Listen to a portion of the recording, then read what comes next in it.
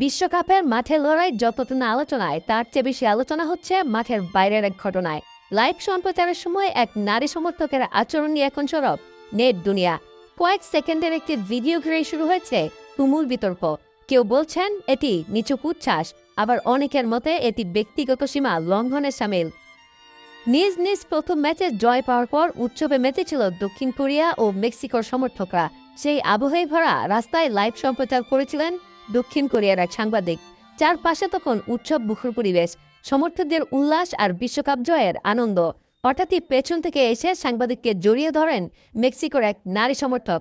অপ্রস্তুত সাংবাদিক কিছু বুঝে ওঠার আগেই তার গালে চুমু খান ওই তরুণী। পুরো ঘটনায় ধরা পড়ে লাইভ ক্যামেরায়। ভাইরাল হওয়া ভিডিওতে দেখা যায় এমন আচরণে সাংবাদিক কিছুটা অস্বস্তিত পড়লেও পরিস্থিতি সামাল দিতে হাসি মুখেই সম্প্রচার চালিয়ে দেওয়ার চেষ্টা করেন। তবে ভিডিওটি সামাজিক যোগাযোগ মাধ্যমে ছড়িয়ে পড়তেই শুরু হয় ব্যাপক আলোচনা সমালোচনা। অনেকে প্রশ্ন তুলেছেন, কারো অনুমতি ছাড়া এভাবে জড়িয়ে ধরা বা চুমু খাওয়া কতটা গ্রহণযোগ্য। সমালোচকদের দাবি, একই ঘটনা যদি কোনো পুরুষ একজন নারী সাংবাদিকদের সঙ্গে ঘটাতেন তাহলে বিষয়টি যৌন হয়রানি হিসেবে বিবেচিত হতো।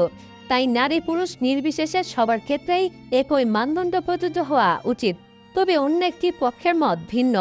তাদের দাবি, বিশ্বকাপের উচ্ছ্বাস, আবেগ আর উৎসব মুখর পরিবেশে ঘটনাটি ঘটেছে, এর পেছনে কোনো খারাপ উদ্দেশ্য ছিল না, বরং এটি ছিল আনন্দের বহিঃপ্রকাশ। উল্লেখ্য, নিজেদের প্রথম ম্যাচে দক্ষিণ আফ্রিকাকে 2-0 গোলে হারিয়ে বিশ্বকাপ অভিযান শুরু করেছিল মেক্সিকো। অন্যদিকে চেক রিপাবলিকের বিপক্ষে পিছিয়ে থেকেও 2-1 গোলে দারুণ প্রত্যাবর্তনের জয় পেয়েছিল দক্ষিণ কোরিয়া। তবে মাঠের এই সাফল্যের চেয়েও এখন বেশি আলোচনায় সেই কয়েক সেকেন্ডের ভাইরাল ভিডিও। তবে কেউ কেউ প্রশ্ন তুলছেন, ছেলেদের ক্ষেত্রে যৌন হয়রানি হয়ে থাকলে মেয়েদের ক্ষেত্রে কেন তা যৌন হয়রানি হিসেবে সামিল হবে না। মেহেদী হাসান, খেলার পাতা।